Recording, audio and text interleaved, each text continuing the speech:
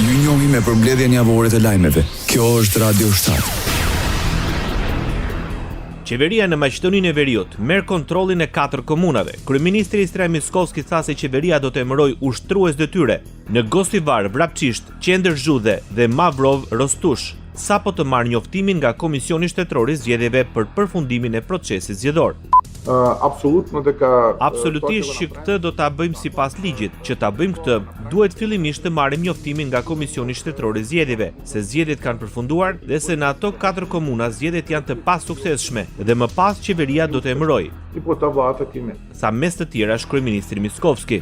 Kryeministri u përgjigj dhe interesimit për ligjin e përdorimit të gjuhëve. Sipas tij, nga kuvendi pritet të miratohen ndryshimet e nevojshme ligjore. Ndryshimet e ligjit për inspektoriatin e gjuhëve në kuvend më herët u bllokuan pasi VMRO nuk e kishte shumicën e nevojshme. Sipas ligjit për mbikëqyrje inspektuese, inspektoriati duhet të ishte në drejtimin e Ministrisë së Drejtësisë, por pas kritikave për heqje të statusit u vendos që të bëhet pjesë e Agjencisë së Gjuhëve. Përplasje mes kryeministrit Maqedonisë së Veriut Istria Mickovski dhe ushtruesit të detyrës për komunën e Gostivarit. Valbon Limani kritikoi paralajmërimin e kryeministrit për vendosjen e një deleguari nga qeveria deri në përfundimin e procesit zgjedhor në këtë komunë. Sipas tij, ligji përcakton që mandati zgjat deri në zgjedhjen e kryetarit të ri, tha mes të tjerash Valbon Limani. Unë më 8 korrik 2024 u zgjodha si ushtrues detyre kryetari i komunës së Gostivarit në bazë të ligjit për vetëqeverisje lokale, atëherë nenin 54 dhe pastaj neni 4 i cili thot se unë duhet të ushtroj detyrën e kryetarit të komunës deri në zgjedhjen e kryetarit të ri në zgjedhje të rregullta. Përplasja në distancë mes kryeministrit të Republikës Maqedonisë së Veriut dhe të zgjedhurve vendor. Kryeministri Istria Mickovski pretendon për shkelje nga kryetari në detyrë i komunës së Gostivarit Valbon Limani.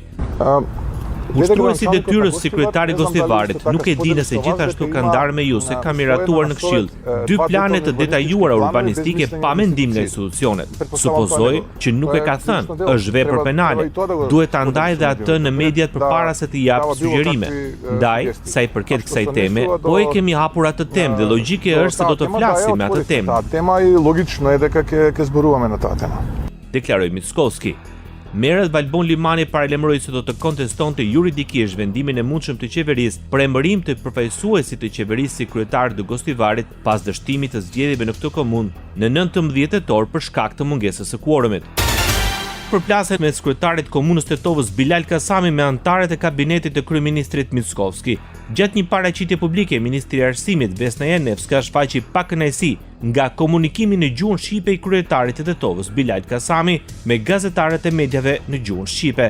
Në këto kushte vlen shpërkeqardhje për këtë qasje të ministres Janevska ndaj gjuhës shqipe dhe në këtë rast theksohet se një qëndrim i tillë bie ndesh me frymën e respektit dhe bashkëjetesës që duhet ta mëshirojë çdo përfaqësues institucioneve shtetërore. Në një shoqëri demokratike dhe multietnike, kur dhe diplomatët e huaj që qëndrojnë në vendin ton 2-3 vite i mësojnë disa fjalë edhe në gjuhën shqipe, të jesh ministër, madje ministri i Arsimit, edhe të mos dish asnjë fjalë të gjuhës së bashkëqytetarëve shqiptar dhe të reagosh ndaj përdorimit të gjuhës shqipe, kjo është vështirë e përkthyeshme në terma të bashkëjetesës, qytetarisë dhe respektimit të tjetrit në një shoqëri multigjysore, thuhet në reagimin e koalicionit Vlen. Arben Fetaj nga Vlen në Republikën e Maqedonisë së Veriut deklaron se koalicioni ka rënë dakord që Bekim Sali të emërohet zëvendës kryeministri i parë si zëvendësimi Zet Mexhitit, i cili tashmë ka marrë funksionin e kryetarit komunës së Çajirit. Kemi një dakordim në kuadër të koalicionit Vlen që pas largimit të Zet Mexhitit, i cili tashmë është kryetari i Çajirit, duhet të vijë zëvendësues për pozitën e zëvendës kryeministrit parë dhe propozimi i koalicionit Vlen është ky zotëri të jetë Bekim Sali. Fetaj tha se Ministria e Ambientit Jetësor dhe Planifikimit Hapësinor i mbetet lëvizjes demokratike të Zet Mexhitit. Tani Zet Mexhiti dhe Lëvizja Demokratike do propozojnë sigurisht edhe një emër për ministër të mjedisit dhe besoj brenda kësaj jave nesër mos largu do ulemi me kryeministrin si mandatar dhe do i shtojmë të çështjet, gjejmë një zgjidhje në bazë të asaj që është e dakorduar si vice partnerëve të koalicionit. Shtoi mes të tjerash Arben Fetaj nga Vlen. Arben Taravari nga Lanca për shqiptarët konfirmoi Valbon Limani si kandidat për Gostivarin edhe në zgjedhjet e ardhshme vendore. Valboni ka fituar 17.000 vota përkundër Vlenit me 4.000 vota. Qytetarët Valbonin e kanë përzgjedhur me 62% për kraje. Ai duhet t'i konfirmohet edhe një herë për shkak të mosarritjes së numrit të mjaftueshëm të votuesve në raundin e parë të zgjedhjeve lokale në Gostivar, do të ketë sërish votime. Më 19 tetor, kandidati i KI-s ishte Valbon Limani, ndërsa nga radhët e Vlen ishte Azir Aliu. Ministri i Punëve dhe Tregtisë së Jashtme në Republikën e Maqedonisë së Veriut, Timço Mucunski, shmang komentet mbi takimin mes partnerëve të koalicionit qeverisës për ristrukturimin e kabinetit qeveritar.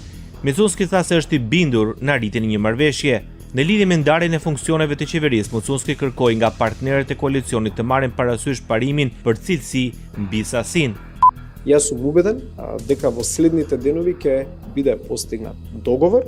Jam i bindur se ditëve në vijim do të arrihet marrëveshje që do të orientohet në rritjen e efikasitetit të qeverisë. Një çështje që vazhdimisht edhe kryeministri mendoi para disa ditëve theksoi, më lejoni që dhe unë ta them, është që nuk bëhet fjalë për numrin e vendeve të partnerit të koalicionit, bëhet fjalë për kapacitetin e individëve, dijen dhe përvojën e tyre dhe si ata do të kontribuojnë për institucionet që duan t'i udhëheqin. Më pak të fokusohemi në sasi dhe më shumë të fokusohemi në cilësi. Ky duhet të jetë prioriteti të gjithë partnerëve të koalicionit në qeveri. Fokusirаме на квантитет, а повеќе да се фокусираме на квалитет. Тоа треба да биде и приоритетот на сите коалициони партнери во владата. Tha mes të tjerash Timço Mucunski. Aktualitet. Kryetari i gjykatës kushtetuese në Maqedoninë e Veriut, Darko Konstantinovski, shpreh shqetësimin për situatën e gjatë të status quo-s në sistemin juridik. Ai kritikoi parlamentin për shpërfilljen e vendimeve të gjykatës kushtetuese dhe paralajmëroi se nëse nuk bëhen ndryshimet e nevojshme, gjykata do të marrë vendime përfundimtare. Konstantinovski ju referua ligjeve për balancuesin, ndryshimeve në kodin penal dhe ligjit për përdorimin e gjuhëve, duke njoftuar afate dhe hapa të mundshëm për zgjidhjen e tyre.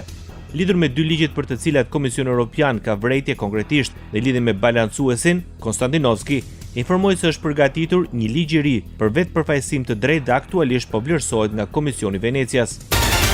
Krimi organizuar, korrupsioni dhe kërcënimi digjital janë shqetësimet kryesore në Ballkanin Perëndimor, deklaroi sekretari i përgjithshëm i Këshillit të Bashkëpunimit Rajonal në Maqedoninë e Veriut, Amer Kapetanović. Në konferencën kushtuar luftës së krimit dhe korrupsionit, sigurisë së kufive, çështjes së migracionit dhe sigurisë kibernetike, Kapetanović deklaroi për një rritje të rrezikut kibernetik me rreth 200%. Sipas tij, 1.2 milion entitete të dhënash private dhe publike janë në rrezik dhe prandaj duhet të përforcojmë angazhimet dhe të përgjigjemi këtyre rreziqeve. Ndërsa zëvendës kryeministri për qeverisë të mirë Ben Fetaj pranoi se sfidat kryesore janë në fushën e krimit dhe korrupsionit.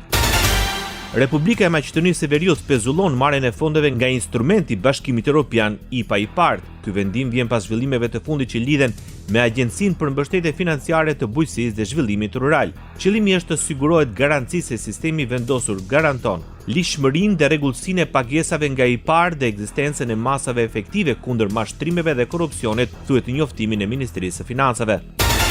Presidenti i Maqedonisë së Veriut vlerëson se raporti i Komisionit Evropian shikon përparimin teknik të vendit nëpërmjet prizmit politik. Kreu i shtetit, Gordana Siljanovska-Davkova, shtoi se raportet duhet të jenë më shumë se një pasqyrim teknik, sepse ato diagnostikojnë, klasifikojnë dhe vlerësojnë. Konstatimi do të ishte se teknikisht edhe mund të avanconi, por politikisht mund të jeni të bllokuar, deklaroi Gordana Siljanovska-Davkova. Këshilli i ambasadorëve në Republikën e Maqedonisë së Veriut shpreh shqetësimin për mungesën e rezultateve konkrete në sundimin e ligjit, pavarësinë e gjyqësorit dhe luftën kundër korrupsionit, të cilat mbeten pikat më kritike në raport progresi në BE-s. Bëhet thirrje për miratimin e një kodi të ri penal të harmonizuar me legjislacionin e Bashkimit Evropian, forcimin e prokurorisë publike dhe rezultate të matshme në hetime dhe gjykime për korrupsion në nivele të larta. Këshilli thekson se përparimi drejt Bashkimit Evropian kërkon reforma të qëndrueshme, administratë profesionale dhe konsensus të gjerë politik për të siguruar stabilitet institucional dhe shfrytëzim të plotë të fondeve europiane për vendin. Ish presidenti i Maqedonisë së Veriut, Stevo Pendarovski, gjatë një ligjërate në Institutin për Gjeopolitikë, Ekonomi dhe Siguri në Sarajevo, shprehu keqardhje që sipas tij, qeveria aktuale në Shkup nuk ka vullnet politik për ta çuar vendin përpara drejt Bashkimit Evropian, ndërkohë që sipas tij Shqipëria dhe Maliezi pritet të antarësohen në BE deri në fund të dekadës. Ekonomi.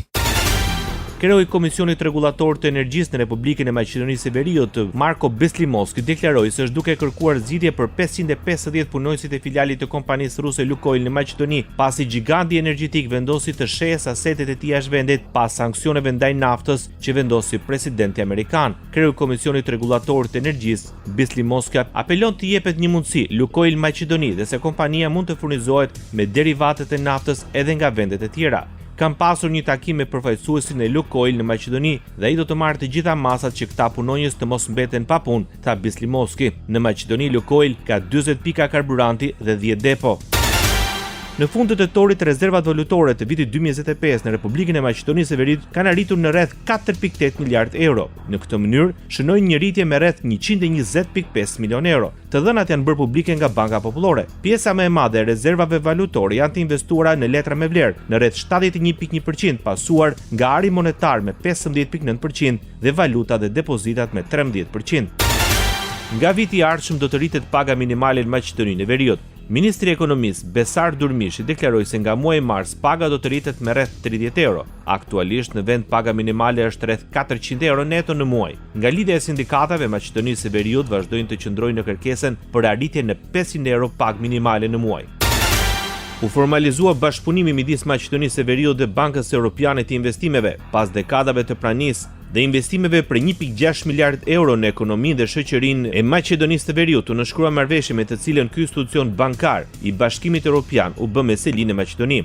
Nga Banka Europiane e Investimeve u paralajmëruan intensifikimet e bashkëpunimit në disa sektor, me synim kreditimin e projekteve. Teknikët tanë në bank ofrojnë ndihmë dhe mbështetje për krijimin e projekteve të reja dhe për transferimin e njohurive në sektorin e gjelbër financiar dhe korporativ, tha nënkryetari i Bankës Europiane të Investimeve Robert De Groot. Sociale. Ministri i Shëndetësisë i Republikës Maqedonisë së Veriut, Azir Aliu, premton digitalizim me synim përmirësimin e shërbimeve në këtë sektor. Pas një takimi me kryetaren e Odës së farmacisëve, Vesna Stavrova, dhe kryetaren e shoqatës së farmacive private, Joana Andonovska, ministri theksoi se digitalizimi do të përfshijë dhe fushën e farmacisë. Punoj me përkushtim në digitalizimin e sektorit të shëndetësisë dhe një nga prioritetet në periudhën e ardhshme do të jetë intensifikimi i këtyre proceseve dhe në segmentin e shërbimeve farmaceutike, si dhe zhvillimi mbështetjes institucionale për forcimin e komunikimit profesional ndërmjet farmacisëve dhe mjekëve am, deklaroi ministri i Shëndetësisë Azir Aliu. Gati gjysma e të rinjve në Maqedoninë e Veriut janë pesimist për antarësimin e vendit në Bashkimin Evropian. Ky ndek, mes shpresës dhe realitetit, interesit dhe mosbesimit, idesë europiane dhe sfidave lokale, krijon bazën e euroskepticizmit të rinjt. Kërkohet një veprim i koordinuar, i partnerizuar dhe afatgjatë për të përfshirë të rinjt si krijues dhe jo thjesht si audiencë teksohet në publikim. Sipas studimit i cili përfshiu një anketë online me mbi 1000 të rinj, rreth 46.5% e tyre nuk besojnë se vendi do të bëhet ndonjëherë antar i Bashkimit Evropian, ndërsa 35.8% mendojnë se kjo është e mundur, por në një të ardhme më të largët. Vetëm 6.7% besojnë se vendi mund të bëhet antar në 5 vite të ardhshme. Në lidhje me pengesat kryesore për integrimin, të rinj përmenden korrupsionin, mosmarrveshje dypalçe dhe 60% mungesën e besimit në institucionet shtetërore.